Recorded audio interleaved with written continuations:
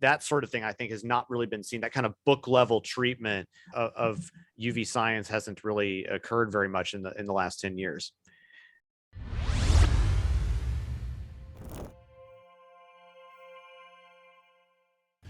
You mentioned UVA. Can you tell our viewers what that is? Those members of the audience that may not be familiar with IUVA, tell us about that. Yeah, sure. IUVA, again, is the International Ultraviolet Association.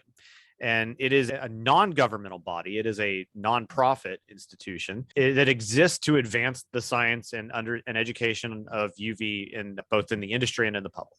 And so that it consists of member organizations and individuals who have an interest in UV science, in UV research, both from the public health and disinfection efforts, whether that's looking at surface disinfection for, say, in a hospital, or water disinfection for use in water purification efforts, as well as even going beyond that into actually like kind of a sort of aside, there's another part of that organization that deals with UV radiation for materials curing and whatnot. That's kind of aside the point of what we do here, but it does illustrate that IUVA spans not just the disinfection side, but all aspects of UV sciences.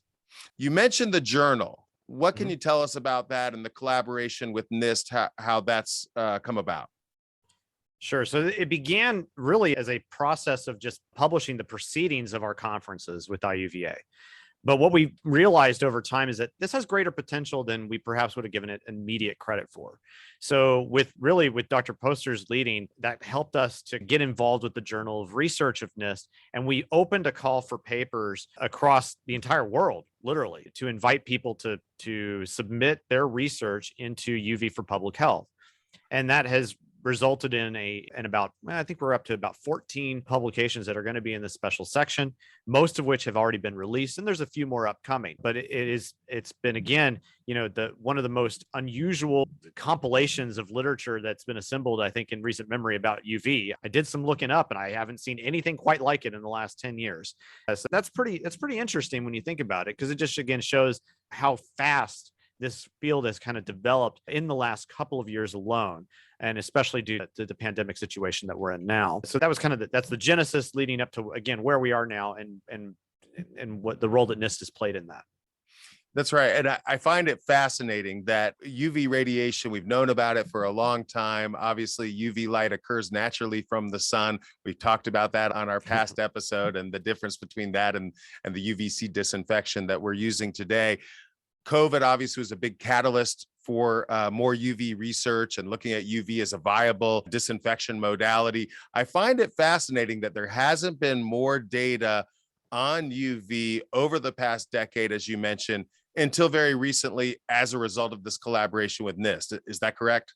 Well, only partially, I'd say. That perhaps I overstate the case. There's always stuff going on. And there's researchers at varying universities, like University of Boulder, some Canadian universities as well. There's plenty of people who are researching UV. When I say that it's about the assembly of it all, it's one thing to see kind of papers that you'll come across in the open literature that about UV research, but kind of reviewing that and assembling that in kind of like a review of the advancements in UV, that sort of thing, I think, has not really been seen. That kind of book level treatment of UV science hasn't really occurred very much in the last 10 years.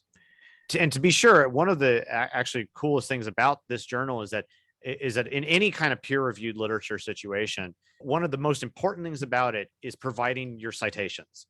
And that allows anybody who goes into it to then track back and see what happened in order to get us to this point.